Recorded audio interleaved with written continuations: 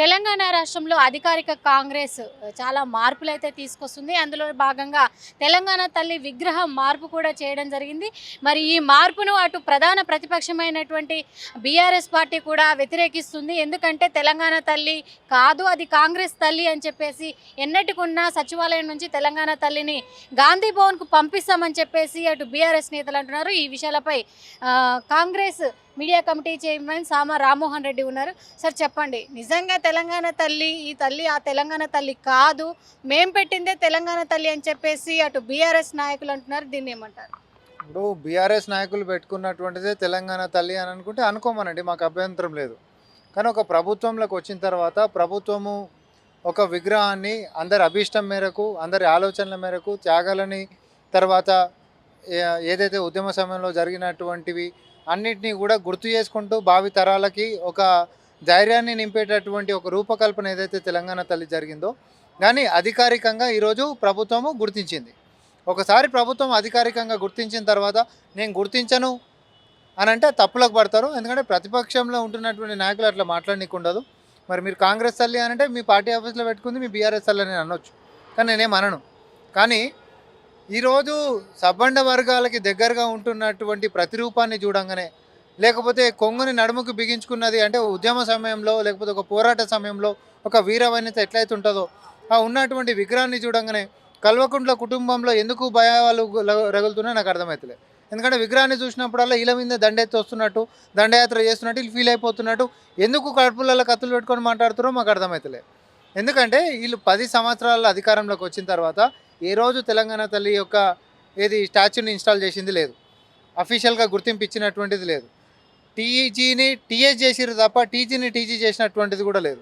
మరి ఈరోజు వచ్చి ఇవన్నీ తెలంగాణ తల్లి అని మాట్లాడితే తెలంగాణ పేరు నామూషి అయ్యే నువ్వు టీఆర్ఎస్ నుంచి బీఆర్ఎస్కి పోయినోడివి. మరి ఇప్పుడు తెలంగాణ ఉద్యమంలో దాదాపు 12 మంది వందల విద్యార్థుల బలిదానంతో తెలంగాణ ఏర్పడింది.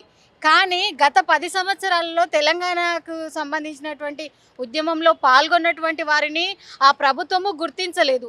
కానీ ఇప్పుడైనా కొంతమందిని మాత్రమే, సెలెక్టెడ్ పీపుల్ను మాత్రమే నిన్న సభాముఖంగా కూడా వారిని సన్మానం చేయడం కావచ్చు, వాళ్ళని పిలవడం కావచ్చు, కొంతమందిని మాత్రమే తీసుకుంది. మరి ఆ కొంతమంది మాత్రమే ఉన్నారా ఉద్యమంలో? మిగతా వాళ్ళ పరిస్థితి ఏంటి? ఒకటి, తొలి దశ ఉద్యమంలో 369 మంది చనిపోయారు. మలి దశ ఉద్యమంలో 1200 మంది చనిపోయారు. వీళ్ళందరూ చనిపోయినటువంటి అమరవీరుల సమాధుల పునాదుల మీద రాష్ట్రం వచ్చింది. దానికి చిహ్నంగానే ఈరోజు తెలంగాణ తల్లి స్టాచ్యూ ఏదైతే మనం పెట్టుకుంటున్నామో కింద పిడికిళ్ళు తర్వాత ఇట్లా పెట్టినటువంటిది వాళ్ళకి చిహ్నం, వాళ్ళని గుర్తు చేసుకుంటాం. కానీ బీఆర్ఎస్ పార్టీ అధికారంలోకి వచ్చిన తర్వాత ఫస్ట్ చేసింది ఏంది, ధర్నా చౌక్ ఎత్తేసారు, తర్వాత ప్రజాస్వామ్యాన్ని కూని చేసారు, గడీల కాడ కంచెలు పెట్టారు, ఎవడన్నా ప్రశ్నిస్తే తప్పుడు కేసులు పెట్టారు, తర్వాత తప్పుడు కేసులలో బనాయించి పిచ్చారు, విద్యార్థి లోకం సూసైడ్లు చచ్చిపోయింది, ఆర్టీసీ కార్మికులు చచ్చిపోయారు, వాళ్ళ సొంత పార్టీ సర్పంచులు చచ్చిపోయారు. చచ్చిపోయినటువంటి వాళ్ళు ఎవరు? కనీసం సబ్బండ వర్గాలని సామాన్య ప్రజల్ని పట్టించుకున్నటువంటి పాపన పోయిర్రా? పోలే. కానీ మనం వచ్చిన తర్వాత తెలంగాణ రాష్ట్ర గీతం జయ జయ హే తెలంగాణ ఏదైతే ఉందో, ఏదైతే మరుగున పడిపోయిందో, ఏదైతే బీఆర్ఎస్ పార్టీ గుర్తించలేదో దాన్ని ఈరోజు మనము గుర్తించుకున్నాం. తర్వాత ఛాతీల మీద షెట్లు ఇప్పుకుంటే ఛాతీల మీద టీజీ అని చెప్పి రాసుకొని నాడు ఉద్యమం చేసినటువంటి ఉద్యమకారులు ఎవరైతే ఉండనో వారి యొక్క ఆకాంక్షలు టీజీ అనే ఉండే ఆకాంక్షలని ప్రభుత్వము మర్యాద ఇవ్వాలనే తప్ప నాకు నచ్చినట్టు చేయనీకి లేదని చెప్పి టీఎస్ అని చేసుకున్నటువంటి దాన్ని మళ్ళీ టీజీ అని మనం తెచ్చుకున్నాం. సేమ్ తెలంగాణ విగ్రహం కూడా అదే పని చేసినాం. అమరవీరులకి సంబంధించినటువంటివి ప్రతి ఇంట్లో కొలువులు ఇస్తామని చెప్పినటువంటి కేసీఆర్ గారు ఆ రోజు మరి అమరవీరుల అడ్రస్సులు దొరకలేవని చెప్పారు.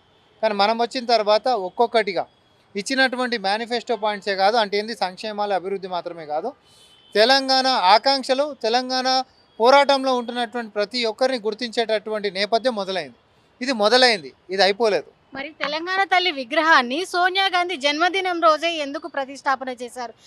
ఇది ఎందుకంటే ఇది కాంగ్రెస్ తల్లి కాబట్టి సోనియా గాంధీ జన్మదినం రోజు చేశారు అని చెప్పేసి అంటున్నారు, దీనికి ఏమంటారు? ఇప్పుడు సోనియా గాంధీ గారి వల్ల తెలంగాణ వచ్చింది అనేటటువంటిది ఒక నగ్న సత్యం. తెలంగాణ ప్రజలందరే కాదు, కేసీఆర్ పోయి కాలు మొక్కినటువంటిదే సాక్ష్యం, కుటుంబ సమేతంగా పోయి. అసెంబ్లీ సాక్షిగా ఎవరేమనున్నా కూడా చరిత్రలో సోనియా గాంధీ గారి యొక్క పాత్ర ఈ తెలంగాణలో ఉంటుందని చెప్పి స్వయాన కేసీఆర్ గారు అసెంబ్లీ సాక్షిగా మాట్లాడినటువంటిది నిజం. తెలంగాణ సాంప్రదాయంలో, తెలంగాణ గుణంలో ఎవరైనా మంచి చేస్తే గుర్తుపెట్టుకునేటటువంటిది మనకు ఉంటుంది. అట్లాంటిది తెలంగాణ రాష్ట్ర సాకారం చేసినటువంటి ఒక వీరవనితకి అదే రోజు తెలంగాణ తల్లి ఎవరైతే ఈరోజు మనల్ని భవిష్యత్తుకు నడిపించేటటువంటిది చరిత్రను గుర్తు చేసేటటువంటిది ఉందో ఆవిష్కరించుకునేటటువంటిది 2 రోజులు కూడా కలిసి వస్తున్నాయి అనేటటువంటిది మరి మంచి రోజు లెక్కనే మేము భావిస్తూ ఉన్నాం. కానీ నీ లెక్క ఇదే డిసెంబర్ 9కి ఒకరోజు ముందు డిసెంబర్ 8 ఆయన పార్టీ టీఆర్ఎస్కి నుంచి బీఆర్ఎస్ అయింది. తెలంగాణ రాష్ట్ర పాలనలో 2 పార్టీలు ఒకే వైఖరి అవలంబిస్తున్నాయని చెప్పేసి సామాన్య ప్రజలు అంటున్నారు. కొంతమంది నాయకులు కూడా విమర్శిస్తున్నటువంటి పరిస్థితి. ఎందుకంటే గతంలో 10 ఏళ్ల బీఆర్ఎస్ పాలన చూసాము, సంవత్సరం కాంగ్రెస్ పాలన చూస్తున్నాము. పథకాల అమలుకు ముందడుగు వేయని వీళ్ళు కేవలం ఏదైతే ప్రతిపక్షాల ధోరణిలో ఒకరిని విమర్శించుకోవడం ముందే ఉంటున్నారు, అందులోనే ముందు ఉంటున్నారు తప్ప అభివృద్ధులకు ముందడుగు వేస్తలేరు అంటున్నారు. దీని ఏమంటారు? ఈ కాంపౌండ్ వాళ్ళ బయట ఒక ఆర్టీసీ బస్సు ఎక్కితే ఒక మహిళని అడిగితే చెప్తుంది. లేకపోతే సాయంత్రం పూట కరెంటు కటకలేసే సమయంలో వేసేటట్టున ఒక సామాన్యుని అడిగితే చెప్తారు. లేకపోతే వంటశాలలలో ఉంటున్నటువంటి మహిళా శక్తులను అడిగితే చెప్తారు కాంగ్రెస్ పార్టీ ఏం చేసింది అని. అంటే వంటశాలలో ఉంటున్నటువంటి ఆడపడుచులు 500 సిలిండర్ చూపిస్తారు. కట్కేస్తున్నటువంటి వాళ్ళు మాకు ఉచిత కరెంట్ వస్తుందని చెప్పి చూపిస్తారు. తర్వాత మహిళ బస్సులకి ఎక్కితే ఉచిత ప్రయాణాన్ని చూపిస్తారు. ఇట్లా సంక్షేమాలు అనేటటువంటిది చేస్తలేమనంటే గతంలో ఆర్టీసీయే లేదు చచ్చిపోయింది అని చెప్పి ఆత్మహత్యలకి పురిగొల్పినటువంటి పాలన నుంచి ఈరోజు ఆర్టీసీని లాభాలలోకి తెస్తూ ఒక పక్క సంక్షేమాలకు నడిపిస్తూ తెస్తున్నటువంటి దాన్ని ప్రజలు స్వాగతిస్తూ ఉన్నారు. ప్రతిపక్ష నాయకులు మాత్రమే ఒక రాక్షసానందం పొందాలని చెప్పి దుష్ప్రచారాలు చేసి ఈరోజు దాన్ని ఒక రభస లెక్క చేస్తూ ఉన్నారే తప్ప ప్రజాపాలనలో ప్రజలే సాక్ష్యం చేస్తున్నటువంటిది. అటు రైతు సంక్షేమాల్లో కూడా తాళ్ళు తరుగు లేకుండా ఈరోజు ఏదైతే ధాన్యం సేకరణ దగ్గర నుంచి సన్న వడ్ల మీద 500 రూపాయల బోనస్ దాకా, లేకపోతే 20,000 పైచులకు కోట్ల రూపాయలు రుణమాఫీ చేసినటువంటిది ఆయన. గత ప్రభుత్వం 10 ఏళ్లతోటి బేరీజు వేస్తే మా యొక్క సంవత్సరం పరిపాలనని మీరు బేరీజు వేయండి, మేము వేరేది కూడా అడగం, ఇంకో 4 ఏళ్ళు కూడా లెక్కనే పెట్టాం మేము. అలా 10 ఏళ్ళు మా సంవత్సరం ఒకటి లెక్కకేరి. మీరు అన్నట్టు ఆర్టీసీ కావచ్చు, అదేవిధంగా మొన్న పబ్లిక్ మీటింగ్లో నేరుగా ముఖ్యమంత్రి చెప్పారు, డీజిల్ నడిపేటువంటి వెహికల్స్ హైదరాబాద్లో నడపడానికి వీల్లేదు, దీనివల్ల నష్టమే ఎక్కువగా జరుగుతుంది అని అంటున్నారు. కానీ ఒక పక్క చూస్తే ఆటో డ్రైవర్లను, అంటే డీజిల్ పోసి ఆటో నడిపించేటువంటి డ్రైవర్లను మాత్రం హైదరాబాద్లోకి రానివ్వమంటున్నారు. మరి వీటికి రీప్లేస్ ఏమైనా ఉంటుందా, లేదంటే మీరు నిజంగా ఉన్నటువంటి 3,000 బస్సులు తీసేస్తే ఆల్టర్నేట్గా హైదరాబాద్లో ట్రావెల్ చేయడానికి పరిస్థితి ఏంటి? 100% ఇప్పుడు ముఖ్యమంత్రి గారు అన్నటువంటి ఉద్దేశం ఏంటిది అని అంటే పర్యావరణాన్ని దృష్టిలో పెట్టుకొని ఇప్పుడు ఏవైతే పొల్యూషన్ వస్తూ ఉందో ఇవి పాత బండ్లతోటి ఎక్కువ పొగొస్తున్నటువంటి బండ్లతోటి వస్తుంది. అది ఆర్టీసీ బస్సులు అయినా సరే ఏవైనా. సో రీప్లేస్మెంట్ అనేటటువంటిది గ్రీన్ ఫ్యూయల్స్ ఏవైతే ఉన్నాయో, ఏదైతే పొల్యూషన్ అనేటటువంటిది తక్కువ ఉంటుందో, పొల్యూషన్ అనేటటువంటిది రాదో అట్లాంటి వెహికల్స్కి షిఫ్ట్ కావాలనేటటువంటి ఉద్దేశంతో చెప్పారు. ఆటోలు కూడా ఒకటేసారి ఆటోలు తీసేయమంటే అందరికి ఇబ్బంది అవుతుంది కదా. సేమ్ అట్లనే సిటీలలో ఉంటున్నటువంటి పర్మిట్స్ ఇచ్చే ఆటోలు ఏవైనా కూడా పొల్యూషన్ అనేటటువంటిది తక్కువ ఉండేటటువంటి విధంగా ప్రభుత్వం చర్యలు తీసుకుంటా ఉంది. ఇది ఎవరైనా స్వాగతిస్తారు. కొత్త ఆటో కొనుక్కునేటోళ్ళు నాకు పాత పొగ వచ్చేటటువంటిది కావాలని కోరుకుంటారు. ఎవరైనా డబ్బులు పెట్టి కొనుక్కునేటటువంటి వాళ్ళు వాళ్ళకైనా సమాజ స్పృహ ఉంటుంది కాబట్టి, వాళ్ళకు పిల్లలు ఉంటారు, ఇదే నగరంలో బతుకుతాం కాబట్టి ఎవరైనా పొల్యూషన్ తక్కువ ఉండాలని చెప్పి కోరుకుంటారు. ఆ యొక్క ఇనిషియేషన్ని మనము పాజిటివ్గా తీసుకుంటారు. ఒకరోజు ఢిల్లీలో బతికితే 36 సిగరెట్లు తాగినంత ఢిల్లీలో ఈరోజు అంతటి అధ్వాన పరిస్థితికి మనం పోయినాం. మన నగరాన్ని కూడా ఆడికే తీసుకొని వద్దామా? ఇప్పుడు చాలా మంది ప్రజలు అంటున్నారు ఉచితాలు అని చెప్పేసి బీఆర్ఎస్ రాష్ట్రాన్ని కొల్లగొట్టింది, మరి ఉచితాల పేరుతోటి కాంగ్రెస్ అధికారంలోకి వచ్చింది, మాకు ఉచితాలు వద్దు, మాకు ఉపాధి కావాలని చెప్పేసి ప్రజలు అంటున్నారు. దానికి ఏం సమాధానం? ఇప్పుడు ఉచితాలు వద్దని చెప్పేసి ప్రజలు అంటే అప్లికేషన్ పెట్టుకోరు కదా. మనం అందుకనే దానికి అప్లికేషన్ సిస్టమ్ పెట్టినాం. మనమే పోయి ఉత్తగానే వాళ్ళ ఇంట్లో ఉచితాలను ఇట్లా పోసేసేసి వచ్చేసేది కాదు కదా. సపోజ్ మీకు ఉచితం వద్దు, తెల్ల రేషన్ కార్డు ఉన్నా మీకు ఉచితం వద్దు, అప్లై చేసుకోకండి, మీకు రాదు. ఇంతమంది అప్లై చేసుకుంటారు అంటే కావాలని కోరుకుంటున్నట్టే కదా. దాన్ని ఎట్లా మాట్లాడతాం మనం? అట్లా ఉచితాల కన్నా అంటే ఇయ్యలేదంటే ప్రతిపక్షాలు ఇక చూడు ఈయన ఇయ్యలేదు అని మాట్లాడతారు. ఉచితాల కన్నా సామాన్య వ్యక్తులకు అంటే దాదాపు ఇప్పుడు మీరు అన్నట్టు ఒక 17-18 ఇయర్స్ నుంచి కూడా 65 లోపల ఉన్నటువంటి ప్రతి వ్యక్తికి ఏదో ఒక ఉపాధి కల్పిస్తే ఉచితాల మీద ఆధారపడకుండా ఉంటాము, మా కాళ్ళ మేము బతుకుతాము, ప్రభుత్వాన్ని పదే ప్రాధేయపడాల్సినటువంటి అవసరం మాకు ఏముంటుంది, మాకు ఉపాధి కావాలని చెప్పేసి కోరుతున్నారు. వాళ్ళకేం చెప్తారు? అది ఎప్పుడు ఉండేదే అండి. ఇట్స్ ఫండమెంటల్ ప్రాబ్లం అది. ఇప్పుడు మీ ఇంట్లోనే 2 అనుకోండి, 3 అనుకోండి, ఒకరికి కొలువు వస్తుంది మంచిగా, వాళ్ళు బతుకుతారు. కానీ కుటుంబాన్ని మొత్తం వాళ్ళే పోషిస్తారు. అన్నదమ్ములలో లేకపోతే అక్క చెల్లెలలో ఎవరి కాళ్ళ మీద నిలబడాలి పెద్దగా అయిన తర్వాత.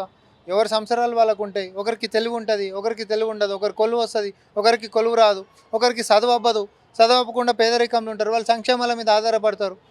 ఎప్పుడైనా సంక్షేమాలని చిన్నగా చూసేటటువంటి ఒక ఆలోచనలు మనం తీసేయాలి. సంక్షేమాలు అంటే వాళ్ళకి ఏం దిక్కు లేక మనం ఇస్తున్నాం అనేటటువంటి ఆలోచనలే మనం తీసేయాలి. ఎందుకంటే వాళ్ళని కూడా తన యొక్క స్వయం శక్తితోటి మేము ఎదగాలని కోరుకునేటోళ్ళే. వాళ్ళకి లేకపోవచ్చు, కానీ మా పిల్లలు బాగుండాలి సార్, కాబట్టి మా పిల్లలు చదువుకోనికే వనరులు కల్పించండి అనేటటువంటిది మన ఉచితాల కిందకి మనం మాట్లాడడం. ఓవరాల్గా మీరు తెలంగాణ ప్రజలకు అటు అంటే ప్రధాన పక్షంలో ఉన్నటువంటి ప్రతిపక్షంలో ఉన్నటువంటి బీఆర్ఎస్కు మీరు ఏం చెప్పదలుచుకున్నారు? చెత్తవాగుడు బంద్ చేయాలి, నిర్మాణాత్మకమైనటువంటి విమర్శలు చేయాలి. నిజంగానే ప్రజల్లో సమస్యలు ఏదైనా ఉంటే పారదర్శకంగా ఉంటున్నటువంటి మా ప్రభుత్వానికి ఫిర్యాదుల రూపమైన చట్టసభల్లో ప్రశ్నల రూపమైన తెలంగాణకి హితం అంటే మంచి చేసే విధంగా మీ యొక్క వైఖరి ఉండాలనే తప్ప అబద్ధపు ప్రచారాలు, బూతు పురాణాలు, లేకపోతే ఫామ్ హౌస్లని బండుకొని పాలనలు చేస్తాము అంటే ప్రతిపక్షంలో ఉంటాము, అసెంబ్లీకి ఏమో రాము, కానీ అసెంబ్లీ బయట మాత్రం డ్రామాలు చేస్తాం అనేటటువంటిది మాత్రం ఆపాలనేటటువంటి విజ్ఞప్తి అయితే చేస్తాం. చూస్తున్నాం అభివృద్ధిలో అటు అధికార పక్షంతో పాటు ప్రధాన ప్రతిపక్షమైనటువంటి బీఆర్ఎస్ బీజేపీలు కూడా కలిసి రావాలి. ప్రజా ప్రయోజకరమైనటువంటి విషయాలను మనం అసెంబ్లీలో చర్చించాలి. రాష్ట్ర అభివృద్ధికి అన్నికి సంబంధించినటువంటి పార్టీల వారు దోహదపడాలని చెప్పేసి మీడియా కమిటీ చైర్మన్ సామ రామ్మోహన్ రెడ్డి చెప్తున్నారు.